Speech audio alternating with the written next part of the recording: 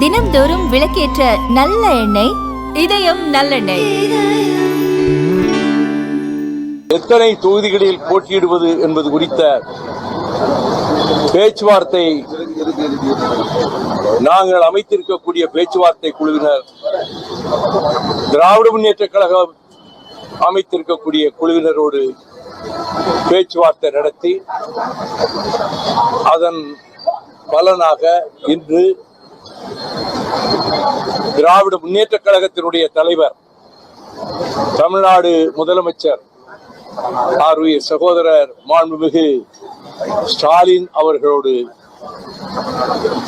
ஒப்பந்தம் செய்து கொண்டதில் மறுமலர்ச்சி திராவிட முன்னேற்ற கழகத்திற்கு 4 இடங்கள், 4 சட்டமன்ற தொகுதிகள் ஒதுக்கப்படும் என்றும் 3 தொகுதிகளில் உதயசூரியன் சின்னத்தில் போட்டியிடுவதென்றும் 1 தொகுதியில் மறுமலர்ச்சி திராவிட முன்னேற்ற கழகத்திற்கு ஒதுக்கப்படுகிற தனி சின்னத்தில் போட்டியிடுவதென்றும் உடன்பாடு ஏற்பட்டிருக்கிறது.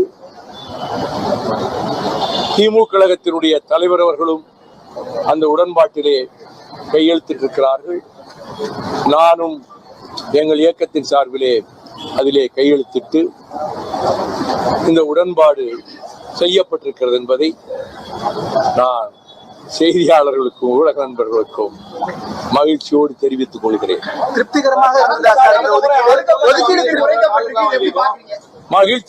மகிழ்ச்சியோடு தெரிவிக்கிறதுல எல்லாம் அடங்கி போச்சு. 3 இடங்கள்ல உதயசூரியன், ஒரு இடத்துல மட்டும் உள்ள கட்சியினுடைய பதிவை பாதுகாத்துக் கொள்வதற்காக கட்சி தனி சின்னத்தில் போட்டியிடும். ஒரு தொகுதி தனி சின்னத்திற்காக சமரசம் செய்து அது அன்னைக்கு ரிட்டர்னிங் ஆபீசர்ல கொடுக்கணும். தொகுதியோட எண்ணிக்கையை குறைச்சி சமரசம் செய்து அப்படியெல்லாம் ஒண்ணு இல்ல. சமரசம்ங்கிற பேச்சுக்கு இடம் இல்லை. திராவிட முன்னேற்ற கழகத்தினுடைய தலைவரும் முத்தமிழ் அறிஞருமான ஆர்வீர் அண்ணன் டாக்டர் கலைஞர் அவர்கள் பிணிவயப்பட்டு அதற்கு பிறகு கோபாலபுரம் இல்லத்திலே இருந்தபோது தளபதி ஸ்டாலின் அவர்கள் என்னை அழைத்துக் கொண்டு நாங்கள் இருவர் மட்டும் கலைஞர் அவர்களை காண சென்றோம். டாக்டர் கலைஞர் அவர்களின் செவியோரத்துக்கு சென்று, அப்பா நம்ம வைகோ வந்திருக்கிறாரு என்று இருமுறை சொன்னார். அவர் ஆர்வத்தோடு பார்த்தார். நான் கலைஞர் அவர்களிடம் சொன்னேன், உங்களுக்கு ஒரு காலத்தில் எப்படி பக்கபலமாக உறுதுணையாக ஒரு காலத்தில் இருந்தேனோ அதை போல தளபதி அவர்களுக்கும் நான் உடனிருப்பேன், அரணாக இருப்பேன் என்று சொன்னவுடன் அவர் என் கைகளை பற்றி கொண்டார். திருச்சியிலே நடைபெற்ற ஒரு நூல் வெளியீட்டு விழாவில் நம்முடைய முதலமைச்சர் அவர்களே இந்த சம்பவத்தை உணர்ச்சிகரமாக குறிப்பிட்டு, இப்படி அண்ணன் வைகோ சொன்னவுடன் தலைவர் அவர்கள் அவருடைய கரங்களை பற்றி கொண்டார் என்பதையும் நெகிழ்ச்சியோடு குறிப்பிட்டார். ஆகவே திராவிட முன்னேற்ற கழகத்திற்கு உறுதுணையாக இருப்பது என்பது திராவிட இயக்கத்துக்கு நாங்கள் இடர் விளைவிப்போம், திராவிட இயக்கத்தை சாய்ப்போம், திராவிட முன்னேற்ற கழகத்தை வேரோடு களைந்தெறிவதற்கு நாங்கள் அத்தனை வகையிலும் முயற்சிப்போம் என்று பாரதிய ஜனதா கட்சியினுடைய தலைவர்கள், குறிப்பாக உள்துறை அமைச்சர், அந்த கட்சிகளினுடைய தலைவர்கள்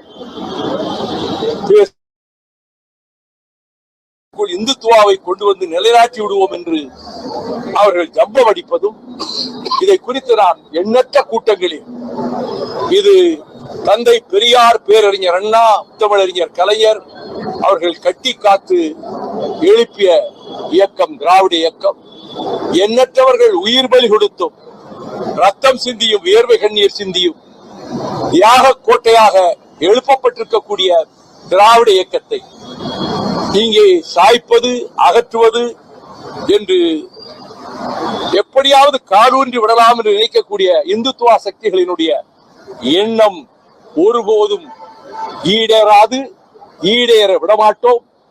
அந்த முயற்சிகளை தகர்ப்போம், தவிடுபடியாக்குவோம் என்று நூற்றுக்கணக்கான மேடைகளில் நான் பேசியிருக்கிறேன். அதே உணர்வின் அடிப்படையில் தான் திராவிட முன்னேற்ற கழகத்துக்கு அரணாக இருப்போம் என்று சொன்னதை உறுதிப்படுத்துகின்ற வகையில் தான் இந்த பேச்சுவார்த்தையில் ஒரு சுமூகமான உடன்பாடு ஏற்பட்டு நாங்கள் மகிழ்ச்சியோடு ஏற்றுக்கொண்டிருக்கிறோம். திமுக ஆட்சியிலிருந்து அகற்ற தமிழக மக்கள் தயாராகி விட்டாங்கன்னு பிரைம் மினிஸ்டர் இன்னைக்கு திருச்சியில பேசுறாரு. என்ன சொல்லியிருக்காரு? பிரைம் மினிஸ்டர் திமுக ஆட்சியிலிருந்து அகற்ற தமிழக மக்கள் தயாராகி விட்டதா சொல்றாரு. அவர் 2029க்கு பிறகு பிரதமர் நாற்காலியில இருப்பதுக்கு வாய்ப்பே கிடையாது. அவர் தூக்கி எறியப்படுவார். உங்களுக்கு எண்ணிக்கை குறைக்கப்பட்டது போல கம்யூனிஸ்டுகளுக்கும் விடுதலை சிறுத்தைகளுக்கும் குறைக்கப்பட்ட உங்களுடைய யூகங்களுக்கு, உங்களுடைய ஆசைகளுக்கெல்லாம் நான் தீனி போட முடியாது.